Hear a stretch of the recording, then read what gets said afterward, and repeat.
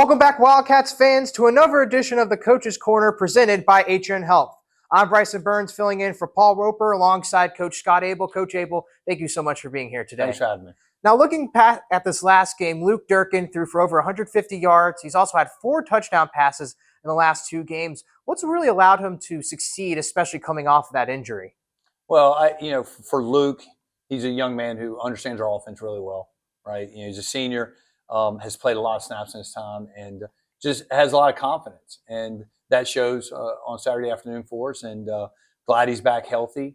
And it's certainly having a guy with that much experience, that much knowledge of your offense is really, it's invaluable for me as a quarterback coach and offensive coordinator. And, he's just done a fabulous job since coming back. Now, having 2 different quarterbacks playing at the same time, what's that experience been like playing both Durkin and Andrew Frazier throughout the game? For a coach, once you make that decision, that's how it's going to go. It's really no different, right? We've kind of stuck to the process of no matter what that series may have looked like prior to the rotation is what it is. And if it's a one-play series, then the next guy's in the next series. If it's an 18-play series, the next guy's in. And they have both really rallied around each other, right? Supported one another and bought into that. And what we have asked is that we need you guys to be one, right? Because of injuries and what have you, and trying to keep that room as healthy as we can. And I'm proud of both of them. I think certainly Drew has learned a lot, right, from our quarterback room and guys like Dirk, right? And Dirk's constantly mentoring him, and it just speaks so much volumes of the 2 of them and their character and what they're able to do. Mm-hmm. Now, looking once more at the offensive side of the ball, Brody Reyna had a career-high 118 receiving yards, also had a late touchdown grab that kept Davidson in the game against Butler. He's just been a big part of this passing game, especially the last 2 weeks. Well, Brody's he's a matchup problem in our league, and we know that.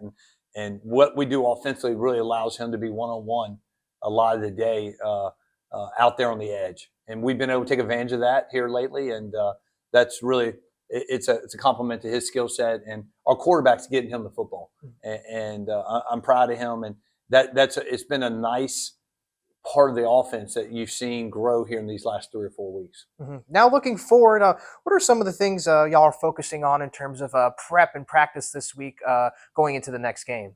Well, it starts with us, right? We got to be cleaner, so when you talk about the different phases of the game, offensively, we got to cut down the miscues, right? When we don't hurt ourselves, we're really tough to stop. And even when we hurt ourselves, we're tough to stop. But you can't do that against quality opponents like Butler, like San Diego. So we got to minimize mistakes, right, and play cleaner.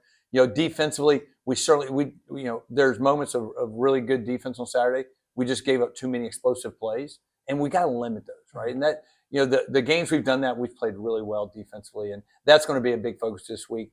We need to force them to drive the field, limit their explosive plays. Now, looking at the San Diego Toreros, they're 4-3 overall, but one of those losses was against Drake, who's the PFL defending champion. Yeah. Then they have another loss against North Dakota, a nationally ranked team where they actually led going into the half.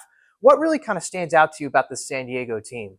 Well, they're a really talented team, right? They've recruited well. They've brought some of the right transfers in, that fit who they are, what they do, and that shows up. And they've played really good football, and they're just a handful of plays away from beating Drake, right?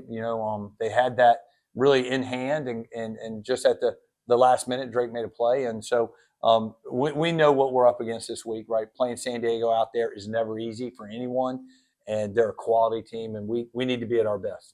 That's another edition of the Coach's Corner presented by Atrium Health. Make sure everyone to tune into the game against San Diego this upcoming Saturday.